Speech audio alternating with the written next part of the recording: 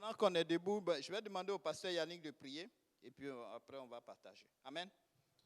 Oh Seigneur, je t'en supplie, guide-nous, Seigneur, ouvre nos cœurs, Seigneur, recevoir ta parole de ton enfant, Seigneur. Nous crions, Seigneur, que tu nous touches, Seigneur, et que nous la ressuscions et que nous la missions en pratique, Seigneur, et que nous marchions dans tes voies, Seigneur. Fortifie-nous, vivifie-nous et bénis-nous au nom de Jésus. Que tout le monde dise au nom de Jésus.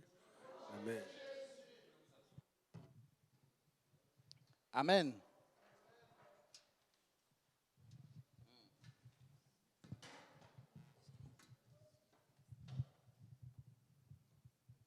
Amen. Vous savez, c'est toujours un plaisir pour nous, n'est-ce pas, de partager la parole lorsque, n'est-ce pas, le Seigneur met au cœur de nos dirigeants de nous donner le micro. Amen.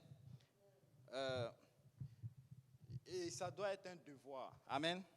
Non pas comme une souffrance ou quelque chose comme encore moi. Qu'est-ce qu'ils me trouvent, ces gens-là? Non. Vous savez, servir le Seigneur, c'est vraiment un honneur. Amen. Ceux qui ne le connaissent, ceux qui ne l'ont jamais expérimenté cela, ça peut être un peu difficile pour eux, contraignant. Amen. Et je peux le comprendre. Amen. Donc, chaque fois que je suis interpellé, je veux simplement dire, je suis présent. Vous savez, dans la Bible, c'est comme ça. Quand le Seigneur appelait les gens, ils disent quoi? Me voici. Amen. Me voici. Me voici. Amen. Donc, aujourd'hui, je ne sais pas, mais depuis un certain temps, il y a un petit sujet qui tourne dans ma tête. Et bon, quand on m'a dit aujourd'hui d'enseigner, je me disais, Seigneur, mais qu'est-ce que je vais enseigner? J'ai dit, bon, je vais partager ça avec le peuple de Dieu. Amen. Et ce n'est nulle autre chose que sauver. Vous savez, sauver. Ce mot-là, c'est... Je ne sais pas... Je n'ai pas encore fait tout le tour de la question. Mais aujourd'hui, partout où nous passons, nous entendons le mot sauver. Et nous pouvons être sauvés de différentes manières. Amen. Quelqu'un qui passe une situation difficile, peut-être, je ne sais pas moi, peut-être il est au bord du précipice, et puis quelqu'un vient, porte la main vers lui, ou c'est un arbre, ou c'est quoi que ce soit, mais la personne, n'est-ce pas, sa vie est épargnée. Amen. Ça aussi, c'est être sauvé. J'ai vu souvent qu'on appelle ça sur YouTube, des petites vidéos de certaines caméras, n'est-ce pas, qui ont filmé des personnes qui ont été sauvées d'extrémistes. Comment on appelle ça? C'est ça, non, le vrai français? Hein? In extremis, merci maman. Oh, mon Dieu.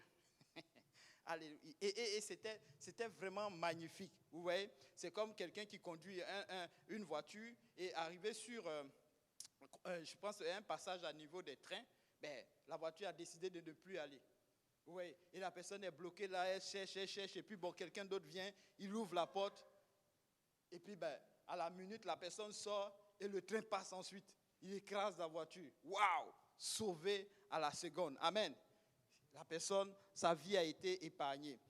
Mais vous savez, au-delà de ceci, au-delà de ces choses-là, j'ai entendu certaines communications, c'est-à-dire je suis tombé dans certaines causeries où les gens étaient en train de débattre sur c'est qui le vrai Dieu?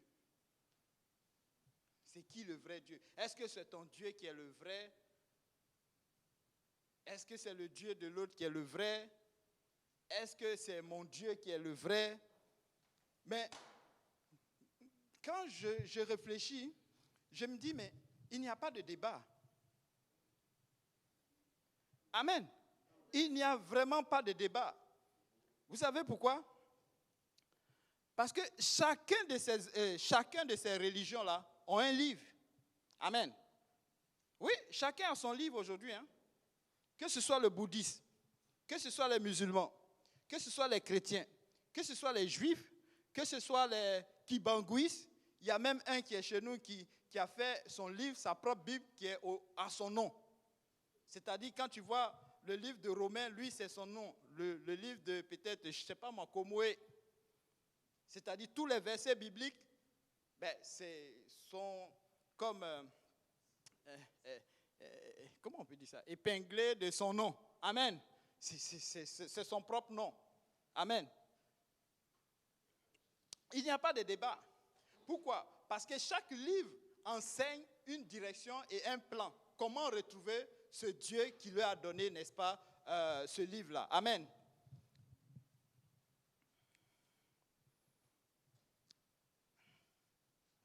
Amen. Donc, il n'y a vraiment pas de débat. Il n'y a vraiment pas de débat. Il n'y a vraiment pas de débat à savoir si c'est le Dieu des musulmans qui est le vrai, si c'est le Dieu des chrétiens qui est le vrai.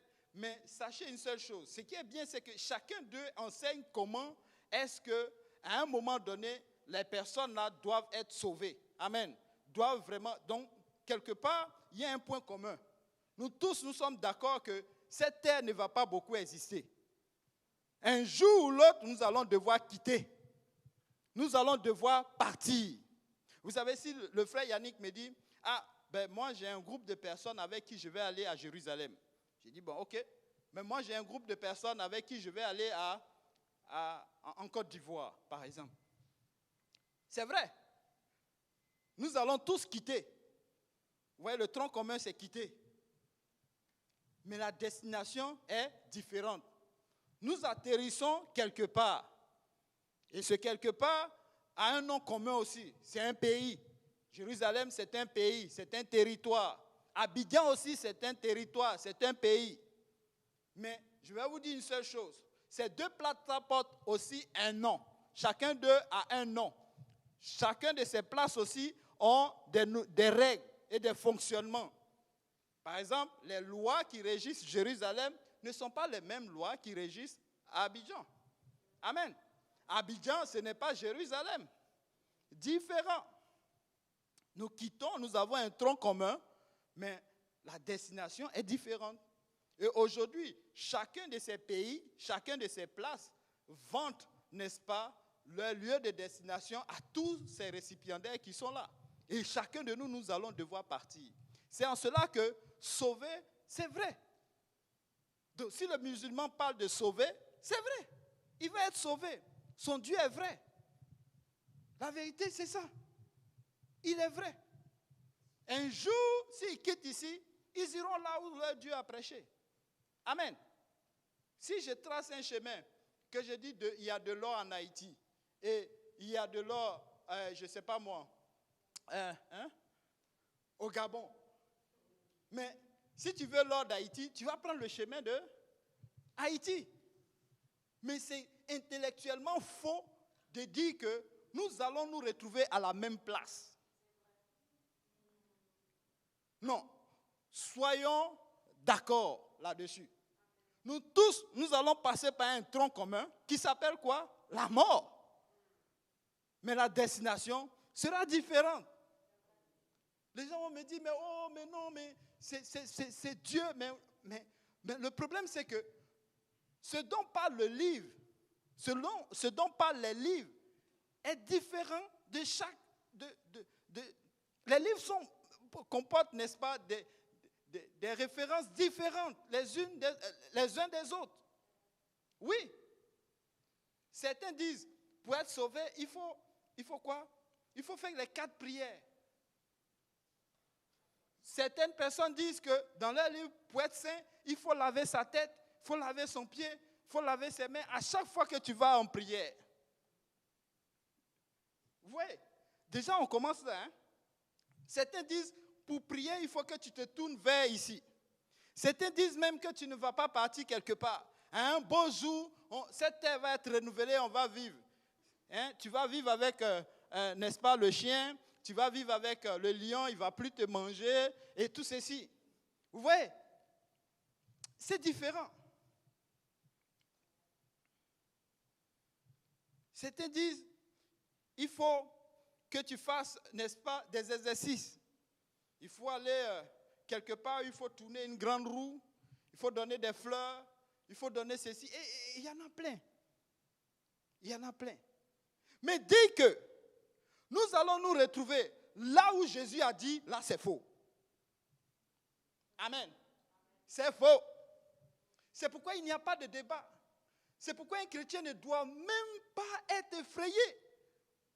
Quand tu prêches l'évangile à un musulman ou tu prêches l'évangile à quelqu'un qui n'est pas chrétien et qui commence à te détailler, n'est-ce pas, je ne sais pas moi, son Dieu à lui, mais réjouis-toi. Il est vraiment ancré dans sa religion. Oui, merci mon frère, tu vas être sauvé. Mais tu n'iras pas là où je vais. C'est la vérité. Oui, c'est la vérité. Tu n'iras pas là. Jésus dit dans sa parole qu'il est le seul chemin. Bon, débat commence là. Ou bien division même est là. Il dit qu'il est le seul chemin.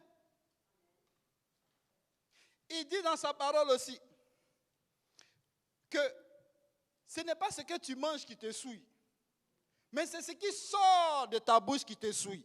Bon, est-ce qu'il y a débat dedans?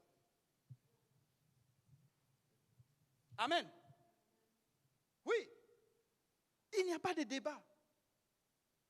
Donc on n'ira pas à la même place. Donc quand quelqu'un espère, avec l'espérance en Christ, il se bat, il est content, et il sort, il regarde. Une fois, il y a quelqu'un qui m'a appelé, qui me dit, oh, mais tu vois, les autres là se multiplient. Mais non, ils se multiplient. Mais non, on n'a pas la même espérance. On n'a pas la même espérance. Nous n'allons pas à la même place. Qu'on soit nombreux, qu'on soit grand. Non, le nombre n'accomplit pas la volonté de Dieu. Le nombre de personnes d'assistance ou de croyance, ce n'est pas ça qui définit que c'est vraiment le Dieu. Que nous avons le bon Dieu. Le pasteur le répète toujours.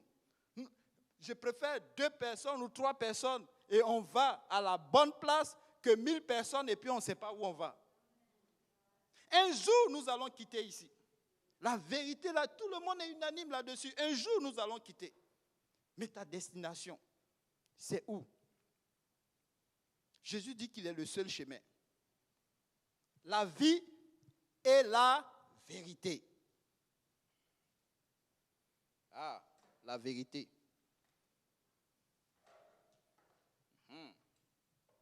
Qui dit la vérité? La vérité, c'est que tout le monde dit la vérité. Oui, nous tous, tout le monde dit la vérité. Donc, on n'a pas à se battre pour ça. Oui. Parce que si tu suis réellement ce que ton prophète a dit, tu vas le rejoindre. Tu vas arriver là où il va. Maintenant, c'est quoi qu'il te prépare là-bas? Alors là, ne me demande pas. Est-ce que cette vie qui te prépare, c'est une bonne vie? Est-ce qu'il parle, n'est-ce pas? J'ai entendu certains disent qu'il y a 10 vierges qui t'attendent au ciel là-bas. Mais non. Non. Si c'est à cause des vierges que nous sommes en train de perdre notre temps, non, nous sommes vraiment en train de perdre notre temps. Non, on est en train de perdre notre temps. Pourquoi aller évangéliser des gens pour aller avoir 10 vierges au ciel? Non, c'est totalement tordu. C'est totalement hors sens. Non. Mais oui, nous espérons à quelque chose qui n'est pas ici. Amen. Nous espérons à quelque chose qui est meilleur qu'ici. Les vierges, je sors là, je peux en avoir. J'ai des vierges même qui sont autour de moi. Amen. On peut les avoir. Et Jésus donne des choses permanentes. Il ne donne pas des choses temporaires. Non. Non.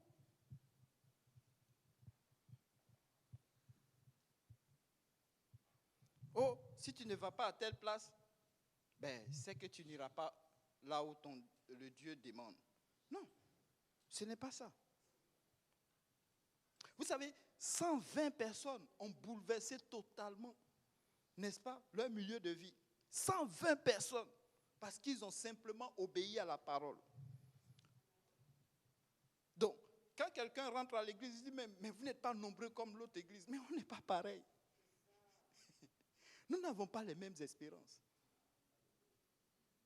Non, nous n'avons pas les mêmes espérances. Pardon, non. Moi, je prêche Jésus. Jésus seulement. Mais eux aussi, mais oui. eux aussi. Mais pas les mêmes expériences. Moi, je vais à une place. Parce que sortir d'ici à la destination, là, ça devient quelque chose. Moi, je veux aller quelque part où on m'a déjà préparé, où on m'a déjà dit que c'est là que tu vas. Amen. J'ai une assurance que c'est là que je vais aller. Vous savez, si le chemin qu'on te trace, quand j'étais jeune, je regardais beaucoup les livres. Je lisais souvent des livres, mais mes livres, c'était les trucs un peu aventuriers, là, où on dit, le pirate, on parle des pirates, on parle d'aller rechercher de l'or. Ouais, non, des choses comme ça. Parce qu'il y avait de l'aventure dedans. Il y avait des choses, des énigmes et tout ça là. Et puis, bon, c'est pas aussi fort comme les romans policiers. Vous voyez, non? C'était parce qu'il y avait une affaire de trésors dedans à découvrir. Et ils escaladaient peut-être l'Amérique du Sud, quelque part là-bas. Ils faisaient des découvertes. Amen. Et le chemin qu'ils suivaient pour pouvoir atteindre, n'est-ce pas, l'objectif, c'est-à-dire où se trouve l'or, ils devaient le suivre à la lettre. Amen. Si tu veux trouver réellement là où le pirate a caché l'or, il faut que tu le suives à la lettre. À la minute où tu te détournes du chemin, carrément, tu es perdu. Vous savez, et c'est à ce point-là. Quand c'est pour l'or, quand c'est pour les biens matériels, les gens, ils sont comme stricts. Vous avez déjà vu les chercheurs d'or, les orpailleurs, ils donnent leur vie dans le trou là. C'est incroyable. Ils creusent des trous à près de 30 mètres, 40 mètres et ils sont là-bas, concentrés. Ils vont vraiment avoir cet or-là. Vous savez, ce que nous sommes en train de faire ici, là, c'est plus que les orpailleurs. Nous sommes là tous les jours en train de creuser. Nous sommes là tous les jours en train d'ignorer même notre vie. Nous sommes ce qu'ils appellent vie. Mais oui. Mais pourquoi? Parce que nous avons un objectif. Nous avons, n'est-ce pas, un plan. Nous avons une espérance. Nous cherchons la pépite, la perle. La Bible l'appelle la perle. Ils vendent tout pour l'avoir. Vous savez, nous avons tout laissé pour pouvoir avoir cette perle-là. C'est pourquoi vous êtes là devant moi. Vous savez, ce n'est pas à cause de moi que vous êtes là, hein, pas à cause du pasteur. Mais parce que si ça sonne, BAM! Qu'est-ce qui arrive? Il faut que nous tous nous soyons là-bas. Et tous ceux qu'on espère, qui sont dans nos cœurs, ceux pour qui nous prions tous les jours, amen, il faut qu'ils soient là-bas. Amen. Alléluia. C'est pourquoi nous sommes là. Ou si quelqu'un espère changer de vie, ou si quelqu'un a je ne sais pas moi, par un moment donné, il s'est dit, mais ouf, je suis fatigué de cette vie. Qu'il trouve un lien. Qu'il trouve un lien. Parce que tu es un lien pour ta famille. Amen. Chacun de nous ici, nous sommes un lien pour nos familles, pour nos bien-aimés. Mais dire que nous allons à la même place, non. C'est pourquoi nous voulons obéir simplement à la parole. Donc, ce que font les autres, c'est bon. Ils coupent à gauche, ils coupent à droite. C'est une bonne chose. Et ils ont une espérance. Certains même croient jusqu'à leur pasteur. Si le pasteur n'est pas là, c'est comme si l'église est tombée. Non. Mais nous croyons à la parole. Nous croyons à la parole. Jésus dit dans sa parole, ne coupez rien et n'y ajoutez rien. Parce que si tu coupes, qu'est-ce qui arrive? La personne qui la boit ou bien la personne qui reçoit le papier, qu'est-ce qu'il fait? Il va se tromper de route. Donc, tant que tu marches, mais marche selon la parole. Je sais ta parole dans mon cœur, afin de ne point pécher contre toi. Donc, quand tu te détournes, tu fais quoi? Tu pêches. Un jour, tu vas te retrouver à cette... Mais ce n'est pas toi seulement. Mais les gens qui espèrent, les gens veulent voir. Aujourd'hui, je vois la sœur de Maëva avec elle. Peut-être qu'elle a entendu. Peut-être qu'elle voit. Peut-être qu'elle sent. Mais elle dit, je vais suivre ma sœur. Elle est venue à l'église. Elle a entendu le message. Amen. Mais Maëva veut demeurer, n'est-ce pas, dans la vérité. Vous savez, il y a beaucoup de choses qui sont faites dehors. J'aime beaucoup prendre cet exemple-là parce que le Seigneur m'a beaucoup parlé là-dessus. Quand il envoie Moïse, quand il envoie Abraham, Il dit, tu vas aller faire un sacrifice. Il lui a dit, où? Sur la montagne, à Morija. Mais quand il parle, regardez bien, il y a un petit truc qu'il a ajouté. Sur l'une des montagnes, à Morija, le pays qui s'appelle Morija, ou la montagne qui s'appelle Morija, sur l'une des montagnes. Donc il y a plusieurs montagnes, mais il précise bien sur l'une des montagnes. Donc ce n'est pas n'importe quelle église qui est église. Ce n'est pas n'importe quelle église que le Seigneur cherche.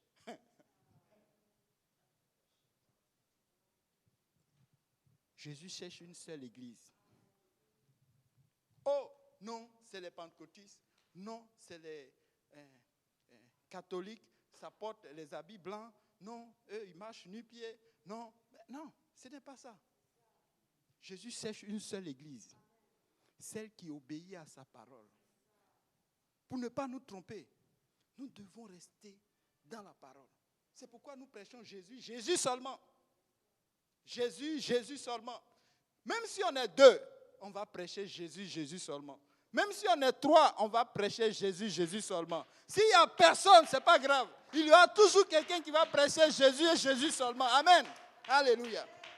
Jésus, Jésus seulement. Souvent les gens posent la question, est-ce qu'il est nécessaire de recevoir le Saint-Esprit? Oh, mais oui, ça fait partie de la route. Ça fait partie. Si tu ne l'as pas, tu es en train de t'éloigner. Ou tu n'as même pas encore abordé la route. Si tu te poses encore les questions là-dessus, c'est que, vous savez, il y a beaucoup d'entre nous qui sont venus, qui sont morts avec Christ, mais qui ne sont pas sortis. Ils sont restés dans l'eau du baptême. Vous savez pourquoi? Vous savez comment on les identifie? Quand ils continuent à refaire encore les mêmes choses. Après 10 ans, 15 ans, 20 ans, ils refont encore les mêmes choses. Tu es venu, tu as pris un engagement avec le Seigneur. Seigneur, ma vie, c'est fini. Je donne ma vie, oui. Moi, j'aime ces gens-là. Oui. Pourquoi? Parce qu'ils continuent encore à venir. Oh Seigneur, je ne veux plus boire l'alcool.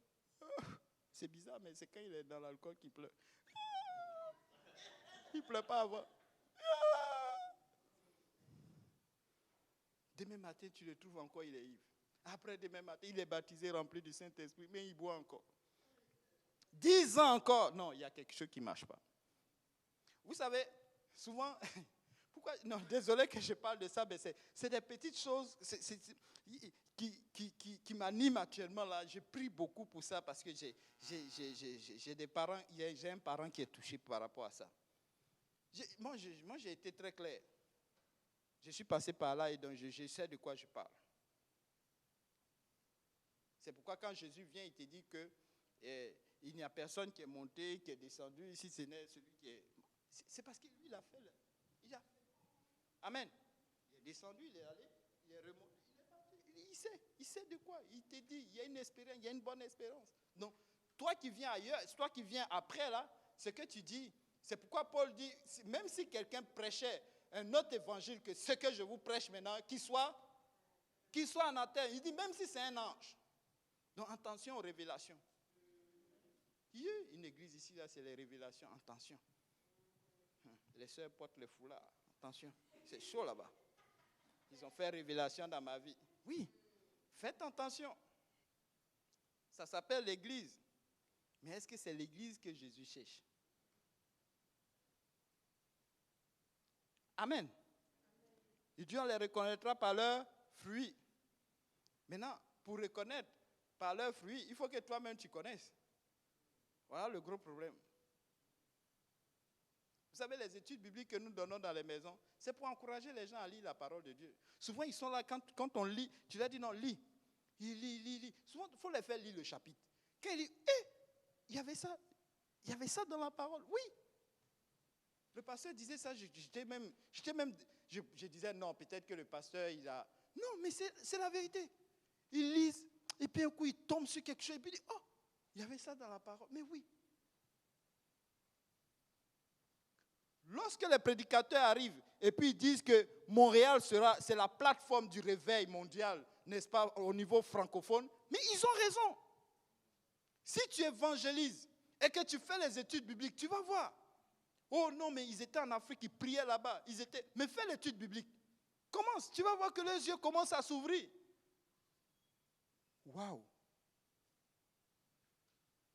Il y a des gens qui possèdent des Bibles mais qui ne la lisent jamais. Comment vas-tu reconnaître, n'est-ce pas, le fruit? Comment vas-tu reconnaître l'arbre même?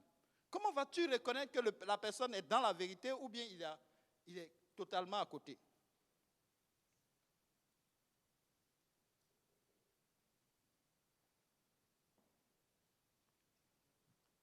Oui. Pour être sauvés, nous devons être proches de la parole. Nous devons ressembler à cette église que le Seigneur Jésus-Christ va venir chercher. Et l'église, elle parle d'abord de repentance.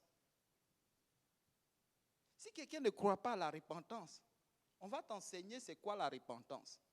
Mais si la repentance ne te dit rien, nous, on n'a rien à voir avec toi. Parce qu'à force de marcher avec toi, qu'est-ce qui va arriver? Mais moi-même, je vais le perdre. Parce que vous savez quoi? Le salut commence d'abord dans l'église. L'heure du salut, là, ça va commencer dans l'église. Le fait que nous sommes ici, nous ne sommes pas encore totalement sauvés. Hein? Amen. Oui, nous ne sommes pas encore sauvés. Que personne ne tape sa poitrine. Oui, si tu me dis, je me suis fait baptiser. Oui, tu peux taper ta poitrine parce que c'est un acquis. Ça, c'est quelque chose que tu ne peux plus refaire. Amen. Même le Saint-Esprit que tu as reçu, il peut perdre sa puissance. Pas que tu perds ton Saint-Esprit, mais il perd sa puissance. Mais s'il perd sa puissance, qui ne se manifeste plus en toi, comment tu marches?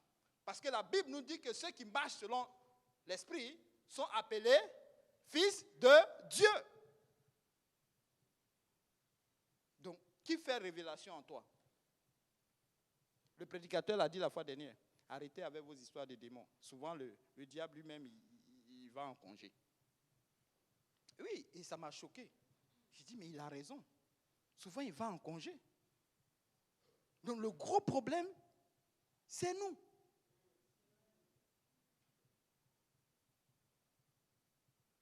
C'est nous.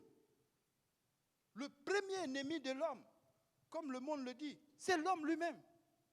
J'ai appris quelque chose dans mes études d'informatique, c'est que quand la machine est en panne, la première panne, c'est l'individu qui est assis devant. Oui. Oui. C'est pas souvent, c'est pas la machine, c'est lui qui est devant.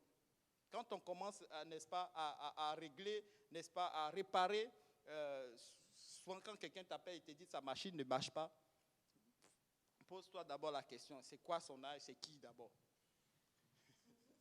Il est, comment il est, est-ce qu'il a mangé, est-ce qu'il a fait ceci? Il faut voir. Parce que très souvent, le gars il est là, il appuie le piton, pourtant il n'a pas branché la machine.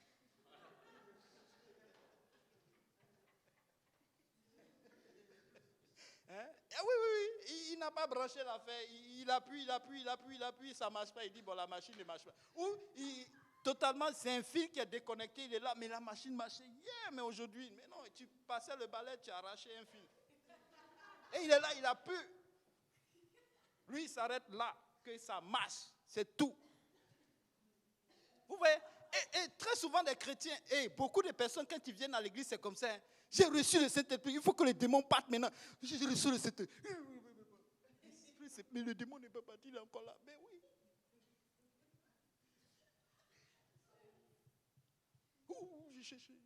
Le démon, il n'est pas parti, il est encore là. Mais Saint-Esprit, est-ce que c'est vraiment vrai? Mais pourquoi le Seigneur a donné le Saint-Esprit? Ce n'est pas simplement pour chasser les démons. Ah non. Le Seigneur le dit dans sa parole, dans Jean chapitre 3, verset 1 à 12. Il parle, n'est-ce pas, de la naissance, la nouvelle naissance. Ça, c'est fort, hein? Une nouvelle naissance. Il y a un ancien qui disait, mais il faut encore entrer dans le ventre de ma mère et puis sortir. Vous voyez quoi? Vous voyez, non? Discussion. Il faut rentrer dans le ventre de ma mère et puis revenir encore à nouveau. Non. Nouvelle naissance. Allons dans les détails. D'abord, ça prend que tu changes ta façon de voir les choses. Première des choses, quand on arrive à l'église, le Seigneur va faire ça. Au fait, c'est le pilotage automatique là. Tu dois l'enlever. C'est un travail. C'est pourquoi tu dois patienter. Certaines personnes arrivent et puis veulent que tout passe, tout change maintenant. J'ai vu le frère Yannick, il prie, il fait les trucs, il enseigne les études bibliques, il a un courage, il a une force. Mais vous savez en quelle année il a commencé ces choses-là? Non. Toi, à l'instant où tu arrives, tu veux que tout change en même temps. Ce n'est pas de ce chrétien-là que le Seigneur entend parler. Le Seigneur dit qu'il va faire une marche avec toi. Amen. Il veut faire une marche. Donc, la repentance, changement de mentalité. Parce que quand tu changes la mentalité, tu peux voir maintenant le royaume et puis entrer dans le royaume.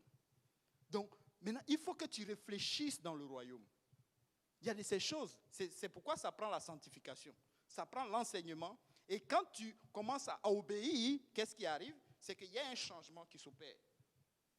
Vous savez, avant, je riais dans n'importe quelle blague. Maintenant, j'ai commencé à mettre frein là-dessus. Maintenant, les choses du royaume m'intéressent. Amen. La fois on parlait des cadeaux. Au début, quand j'étais arrivé là, j'étais tellement joyeux de trouver une bonne église. J'offrais des cadeaux à tout le monde. Les gens croyaient que je parlais de... Non, je parle de moi. Bon, si ça vous a touché, gloire à Dieu, je parlais de moi. J'offrais des cadeaux à tout le monde. Et je ne m'en rendais pas du dégât que ça faisait. Riez, hein, riez. Ça va, vous attendez. Ça faisait des choses. Mais moi, je faisais... Amen. Hey, j'ai même eu, en m'amusant comme ça, je disais à certaines soeurs, oh, je vais t'épouser. Elle disait, allez voir le pasteur. Ah, c'est devenu un débat. J'ai commencé à devenir, hey, mais elles sont là, elles sont mariées maintenant, donc je peux parler. Non, vous voyez, il y a une façon de réfléchir dans le royaume. Il y a une façon de faire les choses dans le royaume. Donc quand le Seigneur t'appelle, c'est parce qu'il y a beaucoup de choses à corriger. Quand tu vois il y a de ces choses, ça ne marche pas. C'est parce qu'il y a plein encore à corriger. Toi, tu veux simplement atteindre l'objectif. Et puis faire quoi? Garder ce péché-là avec toi. C'est pourquoi le Seigneur a mis un ange. Il a mis l'ange pour ne pas que Adam et Ève retournent encore dans le jardin. Tu vas prendre quoi? Les deux? Non. Le Seigneur dit, nul n'impur ne sera devant moi. Non. Donc, il veut te purifier. Le Seigneur veut nous garder. Nous voulons partir le péché. Non, laisse le péché. Mais comment ça, c'est péché? C'est pas grave. Mais quand le Seigneur dit que c'est un péché, c'est pas que c'est un péché. Il y a de ces péchés qui sont écrits, mais d'autres qui ne sont pas écrits. Par exemple, fumer. Est-ce que vous avez vu dans la Bible, on parle de fumer? Mais c'est un péché pareil. Parce que tu détruis le temple. Si ça améliorait le temple, le Seigneur te dit, bon, garde-le, c'est pas grave. Mais ça ne sauve rien. Les blagues, les cadeaux, ça ne sauve pas. Oh non, mais Seigneur, mais vous voyez l'égoïsme de l'homme? Non, mais Seigneur, mais je ne fais que lui donner un cadeau. Mais ça détruit la personne. La personne souffre. Mais c'est lui, ce n'est que lui. Mais moi, je veux. Moi. Vous voyez, non, ça retourne toujours moi, mon plaisir. Et si on laissait tomber un peu et puis on commence? C'est en ça qu'on devient, n'est-ce pas, les frères les uns les autres. Amen. Lorsque je veille sur les pas de Gauthier, je me dis, ça va être un piège pour mon frère. C'est pourquoi on vient à l'église, on écoute les prédications. C'est pour que le Seigneur nous enseigne certaines choses et qu'on puisse les appliquer dans nos vies et que dans notre marche, n'est-ce pas, autour de nous, nous soyons un rayon de lumière pour tous ceux qui sont autour de nous. Amen. Et c'est comme ça. Et là, on devient un chrétien accompli.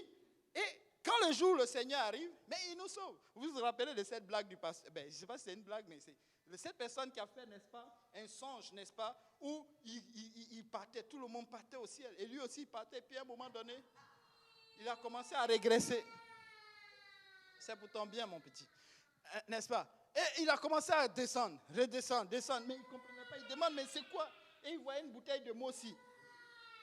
Une petite bouteille de Mossi qui tire tout le grand corps pour redescendre. Souvent, c'est une petite histoire de rien du tout, mais qui t'empêche d'être enlevé. Amen. Une petite histoire de rien du tout. Parce que tu le contemples. Oh, c'est une petite blague. Oh, mais c'est mon petit... Souvent, on appelait ça le péché mignon. Petit.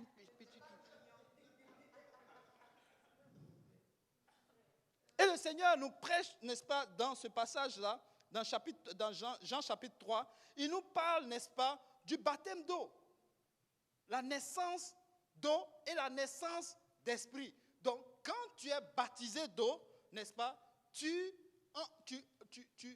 as une nouvelle, comment on appelle ça? Tu entres en Jésus. Amen. Le sang de Jésus est sur toi. Donc, tu rentres en Jésus. Mais quand tu rentres dans Jésus, il faut que Jésus aussi soit en toi. Vous savez, ça c'est... Vous savez, l'homme pour pouvoir vaincre, comment on appelle ça, la gravité là? C'est ça, non? La pesanteur, en tout cas, quand tu vas en haut là. Comment on appelle? Hein? La pesanteur, ils se sont cachés dans une petite boîte qu'on appelle avion. Fou, et puis ça part. L'homme de lui-même ne peut pas aller. Et maintenant dans l'eau, vous voyez les sous-marins là, l'homme pour pouvoir vaincre cette affaire, il se cache dans quoi? Dans une petite boîte. Le sous-marin, il traverse l'eau. Il peut apparaître en bas, mais il peut en haut, mais souvent il se cache et puis il défile. Mais c'est comme ça que nous devons être cachés en Jésus. Et si les autres te submergent, qu'est-ce qui va arriver? Ils ne t'atteindront pas. Amen. Ils ne vont pas t'atteindre. Pourquoi? Parce que tu es caché en Jésus. Et ils naviguent les eaux. Vous voyez les sous-marins là? Les pays puissants là, ils ont les sous-marins partout. Tu es assis chez toi, ils passent devant chez toi, ils ne payent pas la dîme, ils ne payent rien, ils ne payent pas les douanes, ils se baladent. Mais vous savez, quand on est en Jésus, c'est comme ça. Le diable ne peut pas t'atteindre. Parce que tu es caché en Jésus. Tu as le sang de Jésus. C'est pourquoi nous avons besoin du baptême du Saint-Esprit. Nous avons besoin du baptême d'eau au nom de Jésus-Christ. Amen. Nous avons besoin de ce baptême-là. Mais c'est quoi le royaume de Dieu? Tu peux nous lire dans Romains chapitre 14, verset 17.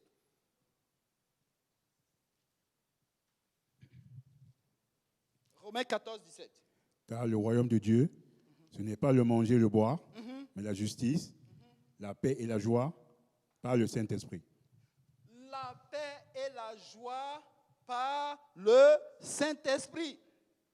Il faut que ce soit impulsé par le Saint-Esprit. C'est pourquoi on crie, reçois le Saint-Esprit.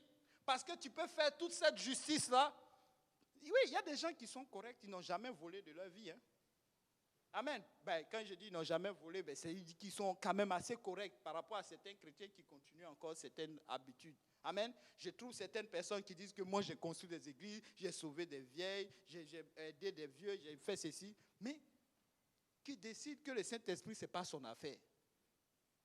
Le royaume des cieux, ce n'est pas simplement le manger et le boire, mais c'est pousser, faire la justice, impulsé par le Saint-Esprit. Donc tu peux être juste, tu peux être bon, mais si tu n'es pas rempli du Saint-Esprit, ça ne sert à rien au Seigneur. Vous savez, le jour où le peuple de Dieu devait quitter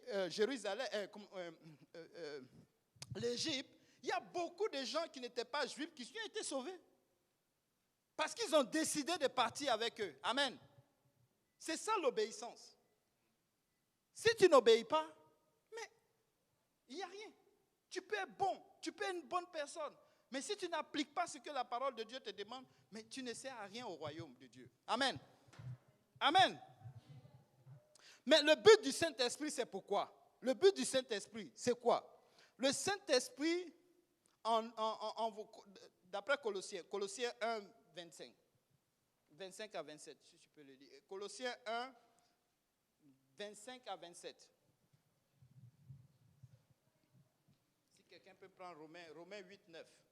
C'est d'elle que j'ai été fait ministre, selon la charge que Dieu m'a donnée auprès de vous, afin que j'annonçasse pleinement la parole de Dieu, le mystère caché de tout temps et dans tous les âges, mais révélé maintenant à ses saints, à qui Dieu a voulu faire connaître quelle est la glorieuse richesse de ce mystère parmi les païens, savoir Christ en vous, l'espérance de la gloire. Christ en nous, l'espérance de la gloire.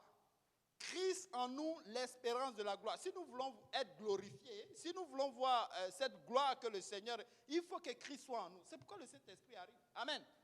Amen. Romains 8, 9. Pour vous, vous ne vivez pas selon la chair, mais selon l'Esprit. Selon l'Esprit. Si du moins l'Esprit de Dieu habite en vous. Si du moins l'Esprit de Dieu habite en vous. Amen. Donc on ne peut plus continuer à vivre selon la chair. C'est-à-dire, on a un nouveau maître qui s'appelle le Saint-Esprit, qui va venir impacter des choses en nous, qui va venir nous instruire, qui va venir, n'est-ce pas, nous conduire à faire la volonté de Dieu. Au fait, c'est Dieu lui-même. Amen. Il y a de ces choses qui sont en nous que nous considérons que c'est vous savez, au début, quand j'ai commencé à être... souvent, ce n'est pas forcément que ce soit un péché écrit ou bien quoi que ce soit. Mais le Seigneur te dit que cette affaire-là, je n'aime pas. Il faut l'enlever. Oui. Parce que quand tu l'enlèves, vous savez, si tu es marié à une femme, il y a de ces choses qu'on fait quand on était célibataire, c'est correct. Amen. Mais quand tu es marié à une femme, tu dois faire attention. Tu as quelqu'un dans ta vie. Donc si elle dit qu'elle n'aime pas quelque chose, ce n'est pas question de toi. Mais tu l'enlèves. Amen. Ou tu travailles là-dessus pour ne plus que ça se répète. Et là, qu'est-ce qui arrive? Vous vous rapprochez. Donc quand on est marié, dès qu'on est marié, pour ceux qui ne sont pas encore mariés, je l'ai su pendant que je chemine avec mon épouse, c'est qu'on se rapproche de jour en jour. Au fur et à mesure qu'on apprend à se connaître, il y a de ces choses que je vais laisser tomber. Il y a de ces choses, c'est correct. C'est écrit, on le sait. Mais il y a de ces choses que je ne sais pas. Mais je le découvre. Mais je me rapproche. Et c'est ça le Saint-Esprit. Amen. Et plus on se rapproche, et c'est ça que le prédicateur disait la fois dernière. La vie chrétienne, ce n'est pas de chasser les démons. C'est de se rapprocher du chrétien, de Dieu. Notre vie, là, c'est de pousser vers Dieu et de laisser Dieu faire la bataille. Plus tu te sanctifies, plus, n'est-ce pas, le Seigneur pousse l'ennemi dehors de toi. Amen. Plus tu te sanctifies, plus tu apprends la parole, qu'est-ce que le Seigneur fait? Le Seigneur s'occupe du démon.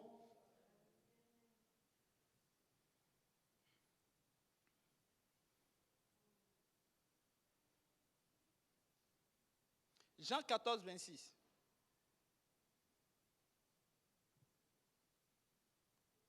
Ce que fait le Saint-Esprit, le but du Saint-Esprit. Un peu, c'est ce que je disais. Jean 14, verset 26. Mais le Consolateur, l'Esprit Saint, que le Père enverra en mon nom, vous enseignera toutes choses et vous rappellera tout ce que je vous ai dit. Amen. Donc, le Saint-Esprit, il est là pour nous rappeler beaucoup de choses. Il est là pour nous rappeler la parole de Dieu. Il est là pour nous enseigner, pas pour nous faire du mal. Quand on dit à certains de recevoir le Saint-Esprit, c'est comme si c'est nous qui l'inventons. Non. Les apôtres s'assuraient que les gens reçoivent le Saint-Esprit. Parce que le Saint-Esprit, quand le pasteur n'est pas là, quand Yannick n'est pas là, quand les frères et sœurs ne sont pas là, la seule personne qui reste avec toi, c'est le Saint-Esprit. Amen. Mais c'est lui qui fait que tu es un chrétien bâti. C'est lui qui fait que, pour que tu tombes, en fait, c'est le dernier rempart. C'est le dernier rempart. Vous vous rappelez de Job? Il disait, même s'il me tuait, mais je lui ferai quand même confiance. Pour arriver à ce niveau-là, non, il était dans un autre niveau. Vous savez, tu peux passer par un niveau là, et puis à un moment donné, tu renonces au Seigneur. Tu renonces. Il y a des gens qui ont renoncé où le Seigneur allait les rappeler quand même. Amen. Oui, vous avez entendu le petit prédicateur là. Il dit, lui, il était prêt à quitter l'église, mais quand on l'a appelé de venir enseigner à l'Est. Amen. Il voulait, parce que peut-être qu'il passait par des situations difficiles, il a décidé de quitter. Mais le Seigneur est allé le rappeler. Au fait, c'est à toi d'enseigner aujourd'hui. C'est bizarre. Mais oui, c'est incroyable. Et le Seigneur fait ces choses. Et ça, c'est le Saint-Esprit. Il donne du repos à ceux qui sont fatigués. Amen. Oui, Ésaïe le prêche. Ésaïe 28, versets 11 à 12. Il donne du repos. Il donne du repos. Vous savez, tu peux être fatigué dans le Saint-Esprit. Tu peux être fatigué dans le Seigneur. Tu peux être fatigué, tu es là, tu attends. Tu attends un miracle. Mais tu ne vois pas. Le Seigneur va te donner du repos. Tu vois ta maladie ne change pas. Tu vois les pensées obscures, les choses difficiles, ta famille. Oh, je prie, mais ça devient de plus en plus pire. Laisse-moi te dire, le Seigneur donne du repos. Le Saint-Esprit, il te donne du repos. Amen.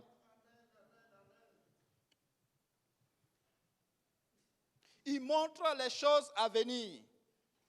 Amen. Il peut te donner la direction. Il peut te dire, il peut même te dire qu'il y aura peut-être un incendie dans ce bâtiment.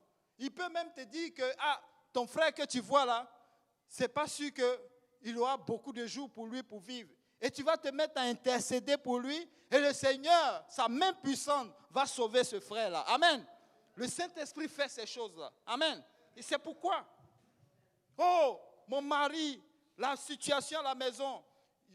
Avant-hier, on vivait une situation. J'ai dit à une personne, j'ai dit à mon épouse, prie. La situation a totalement changé là-dessus. Ça a changé. Avant, la pression était sur elle. Mais aujourd'hui, à force de prière, les choses se tournent dans sa direction. J'ai dit, tu vois, souvent, engager des causeries, c'est seulement la chair qui va sortir. La prière fait que l'atmosphère spirituelle change. Oh, c'est dur à la maison. Mon mari, ça ne va pas. Verse-toi dans la prière. Vous savez, il arrivait à vendre par moment. Je vous ai dit, non? J'arrivais ici et puis il n'y avait personne dans le sanctuaire. De toute façon, j'ai les clés. Au beau milieu du tapis ici, je prends une chaise. Tout est noir et je parle au Seigneur. Je vous donne un secret. Quelqu'un peut le prendre comme il peut le laisser. Amen. Ici, au beau milieu ici, là, et je prie. La prière, ce n'est pas une prière comme « Oh non, Seigneur, tu vois, ta parole a dit… » Non. Souvent, un cœur sincère, le Seigneur répond. Un cœur sincère, le Seigneur répond. C'est pourquoi vous voyez, certains frères sont comme solides.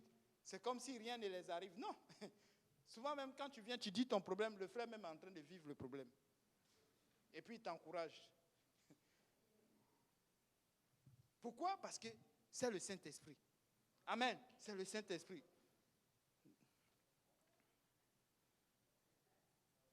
Il donne la puissance pour pouvoir témoigner. Vous savez, sans le Saint-Esprit, je ne pourrais pas parler devant vous ici. J'étais trop timide. Oui, je ne pourrais même pas parler. Même si je ne suis pas timide. Pour parler, pour sortir ton témoignage, ça prend que ce soit le Saint-Esprit. Sinon, tu vas venir, tu vas faire du blablabla, ça va blesser les gens et tu retournes. Pour toi, tu as dit, mais tu n'as pas atteint l'objectif que le Saint-Esprit voulait atteindre. Souvent, il y a ces messages, ce n'est pas fait pour maintenant. Des messages sont faits pour peut-être plus tard. C'est pourquoi nous prions. Que le Saint-Esprit range, n'est-ce pas, ce casier ou bien cette bibliothèque d'informations qu'il met en nous. Amen. Pour que ça sorte au bon moment et que ça trouve son objectif. Amen. Et que ça fasse l'effet que ça doit faire. Amen. On finit bientôt. Il nous ressuscitera à la venue de Jésus. Amen. Est-ce que vous croyez encore à ça? Qu'il va avoir la résurrection? Ah, merci mon frère. Oui, la résurrection c'est réel. Nous allons ressusciter. Si nous persévérons dans le Seigneur. Amen. Romains chapitre 8, verset 11.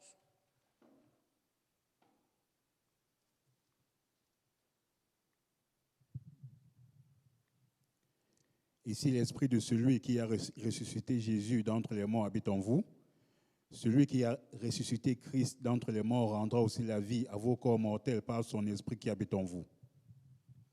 Aussi simple. Si tu meurs en Christ, tu ressusciteras en Christ. si tu meurs sans Christ, mais tu ne vas pas ressusciter. Tu vas ressusciter, mais ça ne sera pas là où le Christ demande d'aller. Amen. Tu n'iras pas là. C'est pourquoi quand tu reçois le Saint-Esprit, il dit que c'est une puissance. Parce que la Bible nous dit que, n'est-ce pas, au son de la trompette, les morts en Christ ressusciteront en premier. Et ceux qui persévèrent, à l'époque où le Seigneur arrive, il y a certains encore qui sont dans l'église, sans doute. Et eux aussi ils vont avoir un corps glorifié. Donc quand tu es en Christ, tu ne meurs pas en vain. Il y a aujourd'hui des gens qui sont inquiets. Ils vont quitter ce monde. Tu poses la question de savoir, si tu meurs aujourd'hui, est-ce que tu sais là où tu vas? Ils ne savent même pas. Certains font le fun. Oh, on va aller faire la fête avec le diable. On va aller en enfer. Oh, ça ne m'intéresse pas. Quand je meurs, c'est fini. D'autres disent non, je vais m'incarner en un chien, en un veau, en ceci, ou bien en un arbre.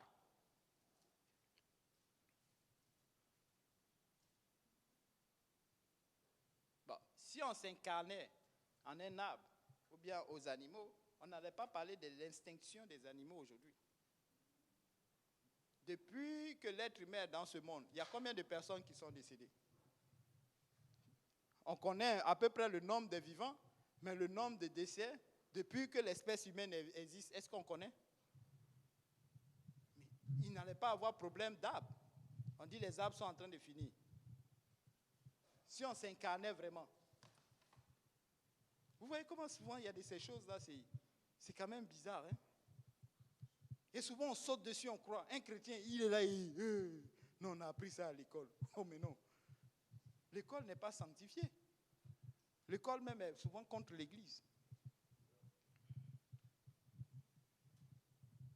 Est-ce que tout le monde parle en d'autres langues quand on reçoit le Saint-Esprit? Ça, c'est la grosse question qui revient chaque jour.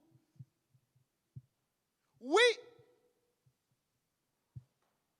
Oui. Oui. Quand tu reçois le Saint-Esprit, tu dois parler en d'autres langues. Ludo, Actes chapitre 2, versets 1 à 4. On commence par les premiers qui l'ont reçu.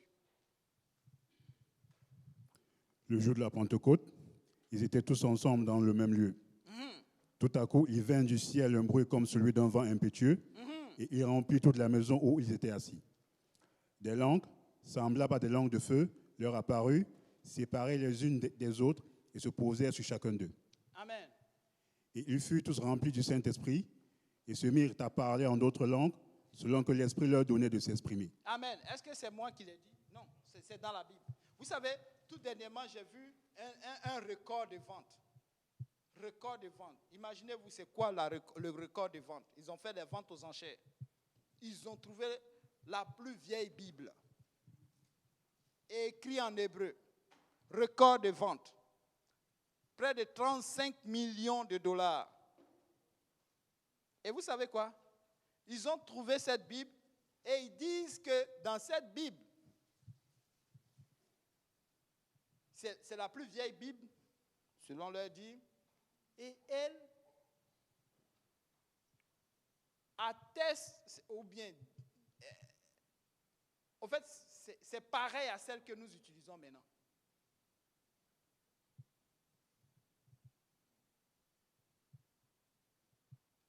Quand quelqu'un vient devant moi et puis dit que la Bible a été trafiquée, ou la Bible a été, quoi, falsifiée, moi avant je leur posais la question, amenez-moi l'original. Parce que pour que tu attestes que la Bible a été falsifiée, il faut que tu aies l'original. Souvent il y a un qui me dit, mais va voir sur Internet. Je dis, mais non. Sur Internet, je trouve qu'il y a des gens, oui, sur Internet on trouve de tout. Hein. Il y a des gens qui font 4 mètres. Il y a des gens qui vivent encore, ça fait 600 ans, ils sont encore là. Il y a des gens qui ont fait 200 ans, 500 ans. Vous voyez, on trouve de tout. Pour dire que ce n'est pas une place assez respectueuse pour pouvoir chercher ces genres d'informations-là. Amen. Donc, au fait, tu n'en as pas. Tu n'en as pas. Donc, faisons attention. Donc, le Saint-Esprit, nous devons parler en d'autres langues. Amen. Nous devons parler en d'autres langues. Les Samaritains parlaient en d'autres langues. Les Samaritains, c'était des gens que les Juifs... Le premier qu'on vient de lire, ça c'est les Juifs. On va dire, bon, c'est les Juifs. Mais les Samaritains, c'était les gens que les Juifs détestaient. Ils les trouvaient impurs. Ils trouvaient qu'ils n'étaient pas assez saints. C'était des gens d'une autre, qu'on appelle ça, ils pouvaient être d'une autre nationalité. Ils pouvaient être aussi moitié juifs et puis moitié d'une autre nationalité. Ça pouvait être des gens même rejetés par les Juifs. Donc, c'était des gens qui étaient... N'oubliez pas que le salut vient des Juifs. Amen. C'était des choses... C'était des gens que réellement, mais ils ont reçu aussi le Saint-Esprit. Vous savez quoi? Si les Juifs, les Samaritains ont reçu le Saint-Esprit, nous aussi, nous pouvons le recevoir. Amen. Nous aussi, nous pouvons le recevoir. Corneille a reçu le Saint-Esprit. Corneille, c'est un Italien. C'est ça, non? Amen. C'est un Italien. Oui, il a reçu le Saint-Esprit. Si un Italien reçoit le Saint-Esprit, un autre qu'un Juif reçoit le Saint-Esprit, donc moi aussi, je peux recevoir le Saint-Esprit. Amen. Qui je suis? Pourquoi je ne peux pas recevoir le Saint-Esprit? Je peux recevoir le Saint-Esprit. Je peux. Je vous ai dit tantôt que très souvent, c'est nous qui faisons le problème. Ce n'est pas un diable ou quoi que ce soit. Non, le diable, il est déjà vaincu. Les hommes d'Éphèse parlaient en d'autres langues. Paul parlait en d'autres langues. Oui, Paul lui-même, c'est lui, il atteste, il donne les détails.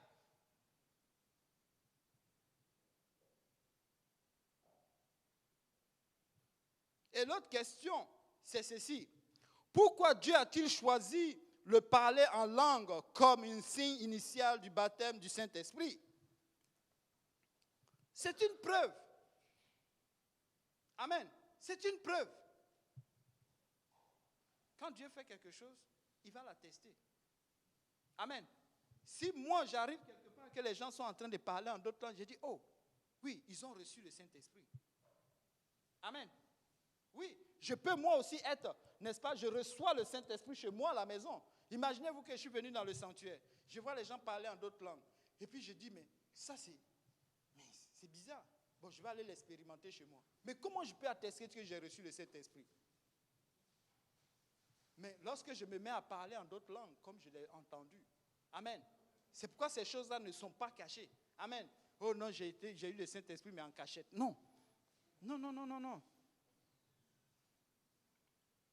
Et c'est un signe uniforme, universel. Au fait, c'est ça. Nous avons affaire à l'église universelle. Tout ce que je suis en train de dire là, c'est ça l'église universelle. Au fait, ce sont des signes que tu dois observer pour dire que ça, c'est là. Ils sont dans la parole de Dieu. Amen. Ils sont en train de faire ce que Dieu demande. Donc, quand la Bible dit que nous allons les reconnaître par leurs fruits, ce sont des choses comme ça que nous devons aller observer. Nous n'allons pas... J'ai vu des gens dire que, n'est-ce pas, ils ont fait un ministère de dénoncer tous les faux pasteurs. Ça, c'est un faux ministère. C'est le plus faux ministère qu'il existe. Et certains vont les suivre. Ah, lui, là, a fait ceci. Lui, là, il mange des cailloux. Et puis, bon, les gens tombent à gauche, tombent à droite. Tu perds ton temps. Le Seigneur dit d'aller convaincre, d'aller prêcher la parole, d'aller annoncer la nouvelle, qu'on appelle ça, d'aller annoncer la bonne nouvelle. Aller dénoncer les faux pasteurs, ça, ce n'est pas une bonne nouvelle. Non. Ce n'est pas un signe. Quand quelqu'un, la fois dernière, je passais, j'ai garé mon auto au parc, et là, je vais finir avec ça. Bon, 2 écritures, et on a fini. J'ai garé mon auto à Maxi, j'entendais un pasteur en train de prêcher, répands-toi, fais ceci. J'ai dit, je suis descendu, son auto ne marchait plus. J'ai ouvert mon auto, j'ai dit, comment ça? J'ai sorti, je ne connaissais pas le pasteur, mais il prêchait à une personne qui était dans la voiture. J'ai sorti mon booster, j'ai dit, ouvre. Je vais booster cette voiture, on va chasser ce démon-là aujourd'hui. Ouvre, il a ouvert, on a boosté, il dit, mais j'ai dit, tiens ma carte. Continue, pasteur, ce que tu es en train de faire. Continue, c'est ça. Homme de Dieu, continue. Et tous même étaient en train de rire. J'ai dit, mais oui, juste que j'ai entendu. Je l'ai encouragé. Parce que l'auto ne démarrait plus. J'ai dit, mais comment ça? J'ai un booster dans ma voiture. Je l'ai sorti. Ouvre ta voiture, on va le booster aujourd'hui là. Des histoires où on dit le diable fait qu'on n'avance pas. Comment ça? Non. Il faut le chasser. Amen. Il y a une question, c'est nous. Cherchons la solution en nous. Amen. On n'est pas là pour dénoncer les pasteurs. Ce n'est pas mon problème. Il faut annoncer l'évangile. Et c'est comme ça. Tu vas dans une église. Si on ne parle pas de repentance, on ne parle pas de baptême d'eau, on ne parle pas de baptême du Saint-Esprit, on ne parle pas de la sanctification.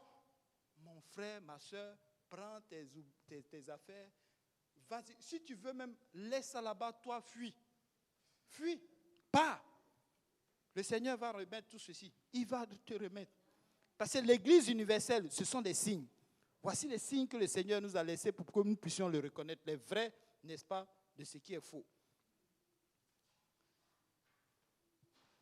C'est aussi, n'est-ce pas, de pouvoir contrôler notre langue. Vous savez, la langue qui est là, d'après le pasteur, sort un peu. Quand tu sors ta langue, elle bouge tout le temps. Elle est tout le temps en train de dire des choses. Elle est prête à dire quelque chose. Elle est prête à intervenir dans une situation. Vous n'avez pas remarqué que les vrais problèmes dans ce monde, ou difficiles à régler, c'est parti par une information. Quelqu'un a dit quelque chose. Un problème dans un couple, c'est parce que la personne écoute quelqu'un d'autre. Il y a des gens qui ont choisi 150 000 conseillers. Madame a pour lui, monsieur a pour lui. Et c'est la tension dans la maison. Non. Le problème dans un couple, c'est les deux qui le règlent, ou bien le pasteur, ou Dieu. Si hors de ce cadre-là, il n'y a pas de solution, qu'on laisse le problème là comme ça.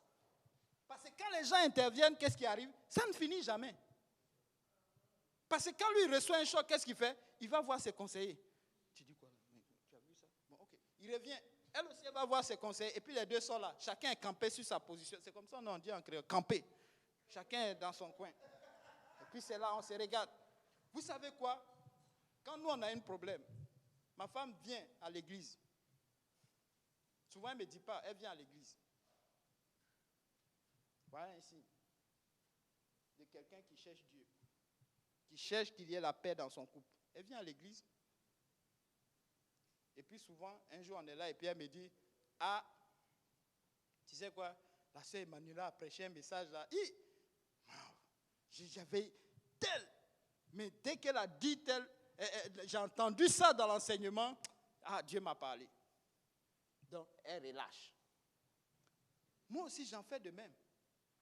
Quand souvent vous me voyez à venir à l'étude, c'est pas parce que je veux venir, non, c'est parce que je veux que Dieu prêche dans ma vie. Mon papa ne va pas me donner des conseils. Quand il dit conseil, il peut me dire des choses. Mais si ça ne fait pas de sens biblique, ce n'est pas mon problème. Je ne mets pas mon cœur là-dessus, au fait. Si quelqu'un me dit quelque chose, si ce n'est pas chrétien, je ne mets même pas mon cœur là-dessus. Donc, c'est pourquoi je disais à certaines personnes que moi, je peux recevoir des choses, mais je les laisse là où je l'ai entendu. Je ne vais pas prendre cela pour véhiculer, parce que quand je prends pour véhiculer, j'atteste que c'est un bon message. J'atteste que c'est une vérité. Parce que je suis chrétien. Amen. Et quand tu es chrétien, tu es poussé par le Saint-Esprit. Alléluia. Donc, ce que tu dis a poids dans la vie des gens. Amen. Donc, tu ne peux pas utiliser ta langue pour dire n'importe quoi. Tu peux te tromper. C'est pourquoi nous devons prier tout le temps. Nous devons prier en tout temps. Tu viens, Seigneur, pardonne-moi. Tout ce que j'ai dit toute cette journée. Si quelqu'un a été impacté, Seigneur, transforme. Prie. Prie chaque jour quand tu sors, quand tu rentres. Tu ne peux pas calculer la quantité de paroles qui sont sorties de ta bouche. Mais quand tu rentres le soir, prie. Oh non, je n'ai pas pu avoir le canapé qu'il fallait. Je n'ai pas pu être dans une disposition qu'il fallait. Non, prie. Le Seigneur t'entend même quand tu te couches et puis ton pied en l'air. Le Seigneur t'écoute même quand tu es couché sous le lit. Même tu es couché dans un placard. Le Seigneur te voit. Tu es dans ta voiture. Le Seigneur te voit. Prie. Prie. Prie. Maman, c'est le moment de prier. Nous devons prier. Nous devons prier pour soutenir nos pasteurs. Nous devons prier pour soutenir toutes ces églises qui se forment. Nous devons prier pour soutenir nos frères et nos sœurs qui vivent des situations difficiles. Amen. Ce n'est pas facile ce monde-là. Des gens arrivent avec des problèmes, on ne sait pas. La seule façon de pouvoir résoudre cela, ce n'est pas de vraiment les écouter et puis de créer tout un club pour essayer de voir comment on va les sauver. C'est la prière. C'est la prière. Amen. Alléluia. Donc, notre langue, nous devons le donner au Saint-Esprit. Tu dis, mais je n'arrête pas de commérer. Donne ça au Saint-Esprit. Souvent les informations, ça arrive, mais quand c'est trop dans mon cœur, je ne sais plus comment on fait. Donne au Saint-Esprit. Donne au Saint-Esprit. Dis au Saint-Esprit de venir prendre le contrôle. Je te dis que plus tu pries, tu vas commencer à maîtriser ton corps. Vous savez, la Bible nous dit que celui qui maîtrise son corps, il possède toute une ville. Toutes les informations ne sont pas bonnes à faire sortir. Ce que tu as en toi, dans ton foyer ou quoi que ce soit, où tu n'as pas besoin de l'étaler partout. Amen. Tu n'as pas besoin. L'autre n'a pas besoin de le savoir. Parce que souvent, quand tu l'étales, ça attire les mauvais œils. Amen. Oui. Ça attire, même dans tes finances. Tout le monde connaît tes finances. On sait combien tu gagnes, combien tu as dans ton compte, tes projets, tout le monde connaît. Où est le vrai chrétien dans ça? Moi, je ne savais même pas combien gagne Paul. Combien il avait dans son compte s'il avait un compte. Non. Tout ce qu'on savait, c'est qu'ils avaient une bourse que Judas volait. C'est quand, parce que Judas a volé, qu'on savait qu'ils avaient une bourse. Sinon, on n'allait jamais savoir qu'ils avaient une bourse. Amen. Mais Dieu, est-ce qu'il ne se déplaçait pas? Il se déplaçait. Est-ce qu'il ne mangeait pas? Il mangeait. À un moment même, Dieu faisait quoi? Des miracles. Quand Dieu fait des miracles, ça veut dire qu'ils étaient arrivés à un point où la caisse était vide. Alléluia. Amen. Oui. 5 poissons avec 5 pains, 2 poissons avec 5 pains. On dit, mais où allons-nous trouver de l'argent pour nourrir tout ce peuple? Ça veut dire que quelque part, l'argent, il n'y avait pas beaucoup. Et Dieu a multiplié. On n'a pas besoin de connaître le fond. Amen. Ça, c'est un grand conseil, peuple de Dieu. Évitons d'étaler nos problèmes partout. Le pasteur, c'est le cadre. Ou Dieu. Point final. On n'a pas besoin de connaître tout ce qui se passe dans ton couple. On n'a pas besoin de savoir tout ce qui se passe dans ta vie privée, là où tu es. Pas parce que c'est quelque chose de... Mais parce que, vous savez, nous sommes des êtres charnels. Je suis en train de prêcher sur quelque chose qui est émotionnel. Vous savez, l'homme est très émotionnel. Il arrive parfois que des gens se confient à beaucoup de choses et puis ils viennent, oh non, mais les gens parlent de moi. Non, mais est-ce que tu as entendu quelqu'un parler de moi? Mais est-ce qu'on a besoin même de savoir? Non, tu parles toi-même ta vie à tout le monde. Et tu vois, quand quelqu'un commence à te dire ça, ça veut dire qu'il est sur le point de partir. Soyons des gardiens des frères les uns les autres. Si quelqu'un vient avec son problème, il faut lui dire pardon, il faut partir. Parce que plus j'entends, je ne pourrai plus le garder, je vais le distribuer. Amen. Prions pour les gens. Prions. Prions. Amen. C'est pourquoi notre langue doit être vraiment dédiée au Saint-Esprit. Vous voyez tout ce que je viens d'égrener, et ce n'est pas fini. Le Seigneur nous a donné des signes. Le Seigneur nous a donné des signes. C'est là que nous devons reconnaître la vraie église. Quand tu vas quelque part et que tu vois les gens sont en train de prier pour la repentance, prier pour le Saint-Esprit, prier pour le baptême d'eau, au nom de Jésus-Christ par immersion totale. Amen. Totalement plongé dans le corps, plongé dans l'eau. Et prêcher la sanctification. Amen. C'est ça la vraie église. C'est dans cette église-là que tu dois t'asseoir parce que c'est l'église universelle. C'est comme ça, c'est le plan que le Seigneur a donné pour que nous puissions nous préparer pour son retour. Hors de ça, tout le reste, ils ont leur Dieu. Ils ne parlent pas de Jésus. Ils parlent de Jésus, mais ils n'iront pas à la même place. Parce que si quelqu'un n'obéit pas à tout ce plan-là et ne reste pas dedans, ce n'est pas sûr que tu seras à la bonne place. Amen. Que le Seigneur vous bénisse. Est-ce qu'on peut se lever et puis on peut commencer à élever la voix pendant que le frère Yannick arrive? Alléluia. Oh Rabashataya Tarabakotoroboshe. Peuple de Dieu, élevons la voix, prions. Prions le Seigneur, prions le Seigneur. Alléluia. Oh Katarabashe Keterebe. Alléluia. Jésus. Jésus. Alléluia, Seigneur. Alléluia, alléluia, alléluia. Alléluia, Seigneur Jésus. Alléluia, Seigneur.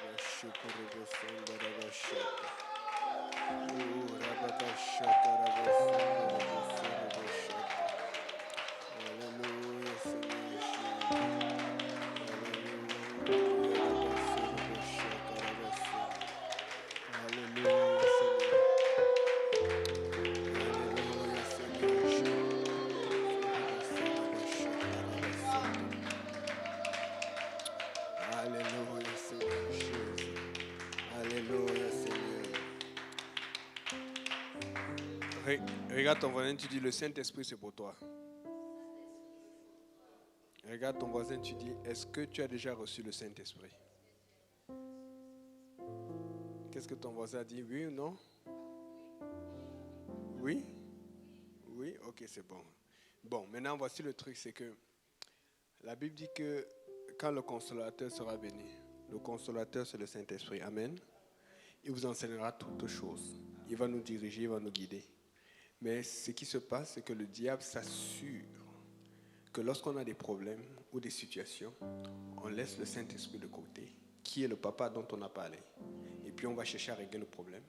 Et quand on est bien cogné, c'est là où on se rappelle que le Saint-Esprit était là. Voici ce que la Bible dit. La Bible dit dans 1 Thessaloniciens 5, verset 19, n'éteignez point l'esprit. Ce qui se passe, c'est que nous avons beaucoup de choses qui éteignent l'esprit, surtout dans ce monde. Ne vous fâchez pas contre moi, d'accord? Mais je vais donner des exemples. Ça ne veut pas dire que c'est pour tout le monde. Des choses qui éteignent l'esprit. Il y a Netflix. Il y a les mondanités. Il y a des choses inutiles. Si tu peux contrôler, c'est toi. Moi, je ne peux pas contrôler, donc j'ai mis ça dehors. Ce n'est pas chez moi. Il y a beaucoup d'inutilités. Des choses à la télévision, des distractions. Bon, maintenant, si tu n'es pas capable et tu dis que non, tu contrôles, tu regardes juste les émissions des animaux comme ils disent, il y a une façon de ne pas éteindre l'esprit, c'est de réchauffer l'esprit, c'est de ranimer l'esprit. La Bible dit que le Saint-Esprit, c'est un feu. Amen. Quand tu reçois le don du Saint-Esprit, tu as reçu un feu de Dieu que tu dois entretenir. Donc, regardons dans la réalité.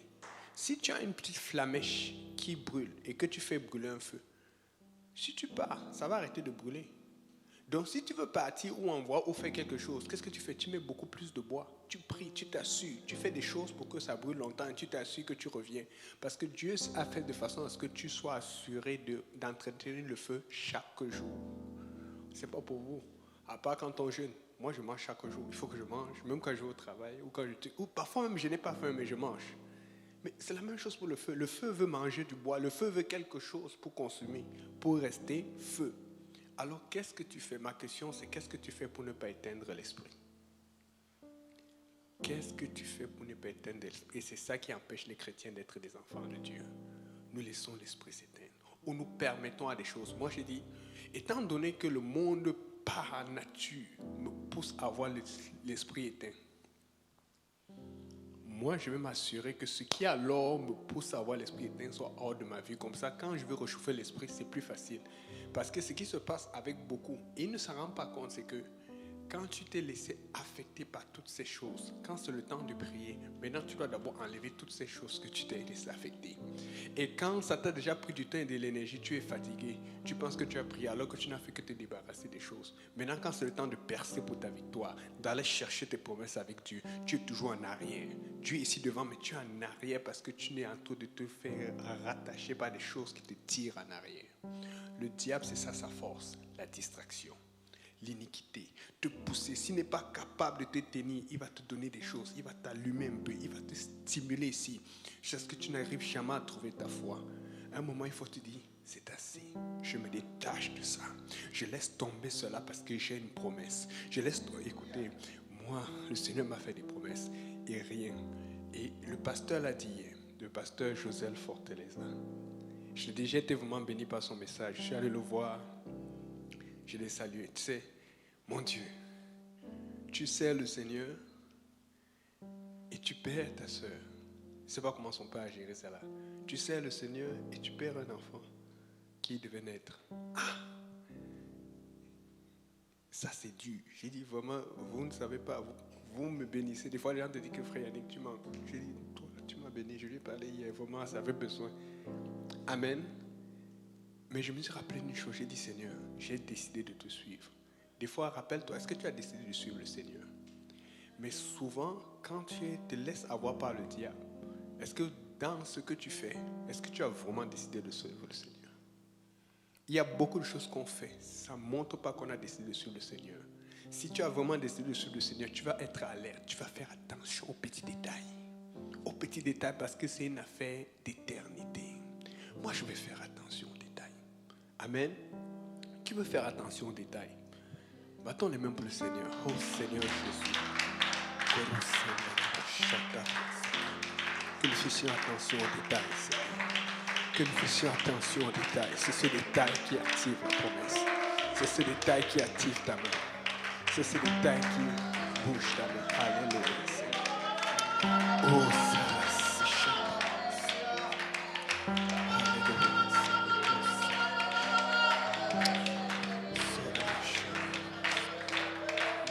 Alléluia, Seigneur. Oh, Seigneur. Et je vais dire ça pour quelqu'un. C'est incroyable, hein? C'est incroyable. Mais je vous dis, ce n'est pas une question de peut-être ça va marcher. Ça marche toujours. Je vous promets.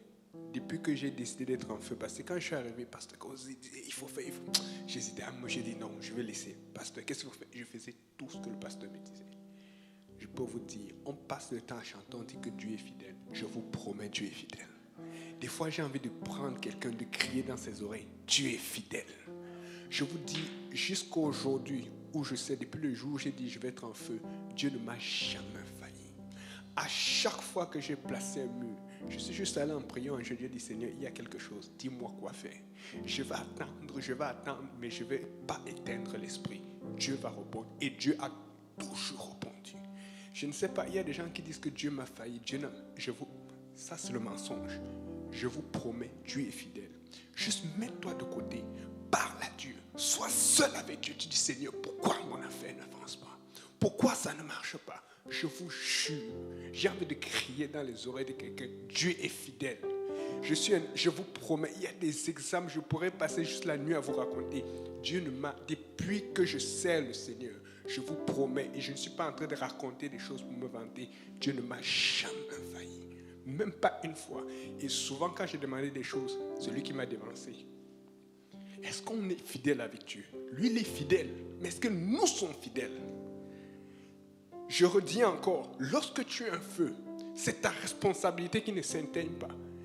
Le problème que nous avons, c'est que quand le feu est en train de brûler et qui s'éteint, on voit bien que le feu est en train de s'éteindre. Au lieu de courir, chercher du bois, se battre pour que le feu reste allumé, on essaie d'abord de voir si le feu va rester un peu allumé longtemps, le temps d'aller faire autre chose. Et c'est la mauvaise attitude chrétienne. Tu dois t'assurer que ça dévore. Tu dois t'assurer que ça dévore. Tu dois t'assurer que ça dévore. Un témoignage que je n'avais jamais oublié. Quand je suis venu à Dieu, je n'ai pas commencé à lire les prédications et tout ça là. Moi, quand je suis venu à Dieu, je voulais d'abord savoir les choses sur la sorcellerie.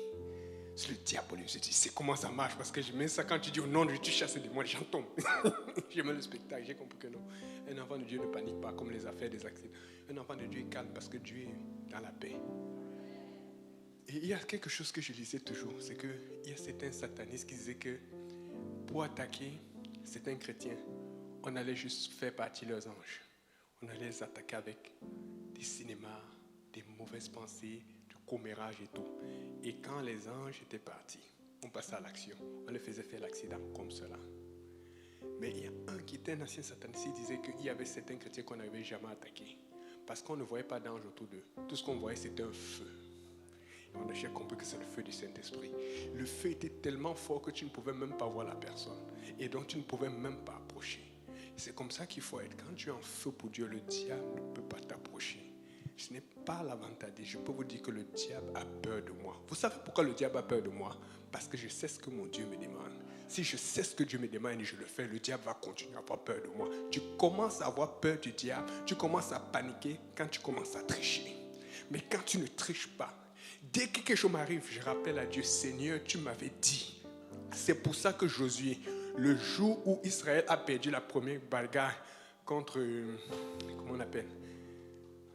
Aïe. Il est tombé, il dit, Seigneur, qu'est-ce qui se passe? Parce qu'il savait que c'est impossible qu'ils aient la défaite. Il dit, Seigneur, il y a un problème. Il a continué. La Bible dit qu'il a dormi. Il est resté là jusqu'au matin. Et Dieu dit, ok, il y a le péché. Parce qu'il savait que c'est impossible. Il savait que Dieu est fidèle. Est-ce que Dieu est fidèle? Si Dieu est fidèle, sois fidèle. Si Dieu est fidèle, rallume le feu et garde-le allumé. Ça doit être ta responsabilité, je vous promets. Tu gardes le feu de Dieu allumé dans ta vie. Tu ne vas jamais faillir et Dieu ne va jamais te faillir. Le Seigneur est entré. Je vous dis, nous sommes souvent beaucoup à l'église, 100, 200, 300. Mais dans 300, si vous voyez le nombre de personnes que Dieu voit la foi, la Bible dit, est-ce qu'il y aura la foi qui va venir? Dieu cherche la foi, des gens qui disent, Seigneur, je vais croire et je vais saisir et je vais avancer et je vais faire connaître ton nom. Parce que quand tu le fais, quelqu'un te regarde. Quand tu le fais, quelqu'un l'apprécie. Quand tu le fais, tu exhortes quelqu'un et la personne dit, je vais faire comme lui pour que ça marche.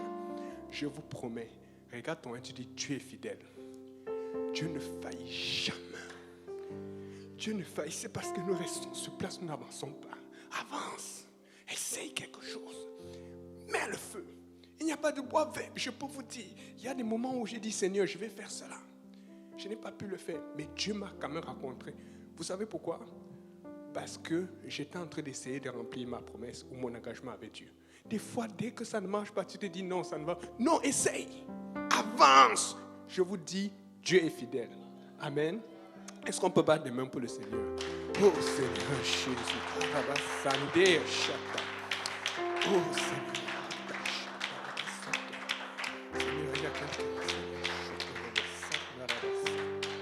Oh, Rabashi, Rabasuru, Saisha, Rabasuru. Alerebo, Shatareta, Rebo, Sharaba, Etarasaetra. Oh, Seigneur, Shitarabareta, Rasaeta, Rashatara, Sarashataramo, Rosaisha. Oh, Seigneur, Jésus, Ramasoto, Robosai. Herabashata, Rasaeta, Rasaeta, Rasaeta, Rasaeta. Oh Seigneur Jésus, Papa, Seigneur, prouve encore ta fidélité. Alléluia, Seigneur. Nous allons prier pour conclure le service. Seigneur Jésus, Père éternel, Papa, il y a un serviteur, une servante ici qui a besoin de connaître une autre dimension de toi, Papa. Une dimension là où tu agis tous les jours, Seigneur. Ces dimensions auxquelles tu nous appelles depuis longtemps, ces dimensions auxquelles tu appelles quelqu'un. Seigneur, je veux que ce service, Seigneur, soit un service, un nouveau départ, Seigneur. Un départ en feu pour quelqu'un qui cherche, qui te demande, Seigneur, et qui crie à toi pour une promesse, pour crier à toi pour quelque chose qu'il ou elle attend depuis longtemps, Papa. Seigneur, tu es fidèle. Si tu n'as pas failli à Moïse, si tu n'as pas failli à Paul, si tu n'as pas failli à Pierre, si tu n'as pas failli à tes enfants, à tes apôtres, Seigneur, tu peux faire la même chose ici, Seigneur, pour quelqu'un ou quelqu'une qui te cherche fidèlement et qui a soif, Papa, de toi et qui a soif de la réponse, qui a soif que ça avance, Seigneur. Je viens crier le sang de Jésus. Je viens condamner l'incrédulité. Je viens frapper l'incrédulité, Seigneur. L'incrédulité n'existe pas dans ta maison. L'incrédulité n'existe pas dans ta présence. Le doute est une utopie, Seigneur. Papa, je viens réprimer cette incrédulité. Je viens chasser le diable de ce lieu. Et je crie le sang de Jésus. Le sang de Jésus. Chaque cœur qui t'écoute. Le sang de Jésus. Seigneur, je crie, Seigneur. Une onction de foi, Seigneur. Une onction de foi. Une onction de foi. Alléluia, Seigneur. Et pour terminer, Seigneur, Rabasata, bénis le temps de fraternité qu'on s'en envoie. Et vous savez, il y a toujours des témoignages comme ça. Ça, je ne savais pas. Merci encore, frère Simplice. Il nous sort toujours quelque chose d'important. Il dit que quand lui et sa femme, ils ont des problèmes, donc ils ont des problèmes. Amen. Amen. Parce que des fois, vous pensez que les gens sont là, vous voyez Joquebette, elle est jolie, c'est seulement les câlins. Non. Il y a eu des câlins, il y a eu des coups de tête. Tatache. Amen. Mais des coups de tête, c'est pas. Limite, frère Saint-Pierre, c'est un romantique. Amen. Mais il a dit que souvent, elle ne va rien lui dire. Parce que souvent, c'est ça le problème. On est comme ça. Dès qu'il y a un problème, aïe, aïe, aïe. Non, va d'abord parler à ton père. Il dit, elle va quitter, elle va venir à l'église. Donc, c'est vrai, souvent, je la vois seule ici. Donc, quand je la vois, je vais comprendre maintenant. Je vais te tester, il faut simplifier, tu as encore fait quoi? En plus, qu'elle conduit, j'ai vu, il apprenait à conduire. Qu'est-ce qu'elle fait? Elle va voir le père. Parce qu'il y aura des problèmes. Amen. Ceux qui se marient bientôt là, vous aurez les problèmes. Avant d'aller au bureau du pasteur, allez voir le bureau céleste. Quand tu passes au bureau céleste, ça règle le problème avant parce que le diable, c'est votre ennemi. Surtout en ce moment, le diable lutte contre le mariage comme pas possible. Le diable lutte contre le mariage d'une façon offensante. D'une façon offensante. Il ne veut rien savoir entre un homme et une femme. La semaine passée, des jeunes qui m'envoient une nouvelle photo qu'ils ont envoyée dans l'école. Ils voulaient juste arracher. J'ai dit, fais attention, si tu n'as pas été autorisé à arracher, tu vas te faire renvoyer. C'est pour ça qu'il faut faire, comme je t'ai dit, il faut d'abord faire ton groupe biblique et tout. Et tu poses, tu donnes des pauses pour montrer que bon, voici ce que moi je pense. Pas que tu vas arracher, tu fais le désordre. Parce qu'ils ont mis, comme c'était la semaine ou la journée des gays, partout au Québec et tout. Et dans leur école, ils ont mis 2 hommes qui s'embrassaient dans une école de jeunes. Des jeunes entre 12, je dirais entre 12 et 17 ans. 2 femmes qui s'embrassaient. Et le pied là-dedans, ils ont mis 2 animaux qui se touchaient. J'ai dit, mais regarde, vous avez regardé toutes ces émissions des animaux. Quand tu les vois un animal aller vers la femelle, est-ce que tu vois les mâles entre eux? Il dit, non, mais c'est ça. Ils sont en train d'essayer de vous faire tourner la tête. C'est juste les humains qui ont pu. Même les animaux n'arrivent pas à faire cela. Ce sont les humains qui arrivent à le faire. Et nous faire croire que cela. Nous croyons en Dieu. Amen. C'est dans la pression. Pourquoi je parle de ça? C'est pour montrer la pression dans laquelle nous sommes. C'est pour ça que c'est difficile. C'est pour ça que pour s'en sortir dans cette pression de la fin des temps, il faut être encore plus collé à Dieu. Tu n'es pas collé à Dieu, tu es en train de mourir. Tu dois être collé à Dieu. Le feu doit être important. Si tu sens qu'il n'y a pas de feu, ne sors même pas. Tu dis, je dois avoir mon feu avant de sortir. Parce que dehors, c'est grave. Amen. Alléluia. Est-ce qu'on peut battre des mains une dernière fois pour le Seigneur? Alléluia, Seigneur Jésus. Fidèle, fidèle, il est fidèle, fidèle, mon Jésus est fidèle, mon Jésus est fidèle, mon Jésus est fidèle, mon Jésus est fidèle, il est fidèle, il est fidèle, fidèle, il est fidèle, fidèle, mon Jésus est fidèle, mon Jésus est fidèle, mon Jésus est fidèle, mon Jésus est fidèle. Je ne peux m'imaginer combien ça coûterait. À la croix, il a pris ma place. Jésus s'est donné. Je ne peux imaginer combien ça coûterait. À la croix, il a pris ma place. Jésus s'est donné. Il a pris ma place. Il a pris ma place. Il a pris ma place. Il a pris ma place. Il a pris ma place. Il a pris ma place.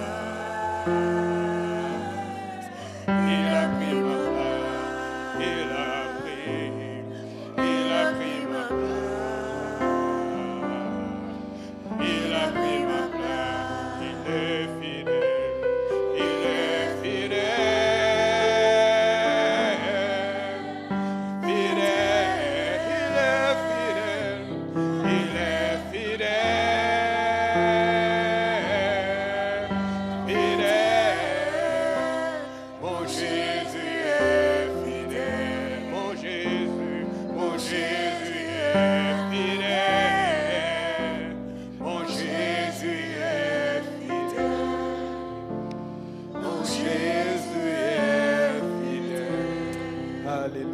service à tout le monde.